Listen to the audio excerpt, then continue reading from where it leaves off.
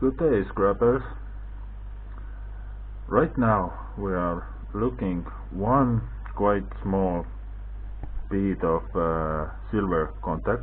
It's not completely silver, it's silver coated on the top, and the rest of the body is made out of copper.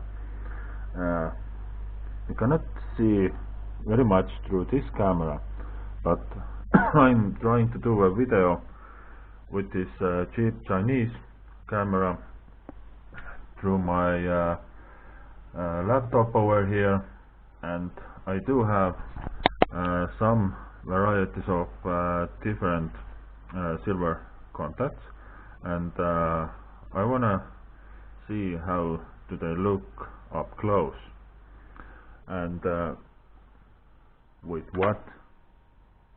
Oh, good lord, you are everywhere already. Get off my desk. So I have filed here some of that contacts over here to show the brass and the silver line. Also here, it's quite hard to see right now, but it's okay. And I did damage some of the surfaces to see how they just look and stuff like that. And yeah, let's see what is coming out from this cheap microscope, and hopefully you're gonna enjoy that.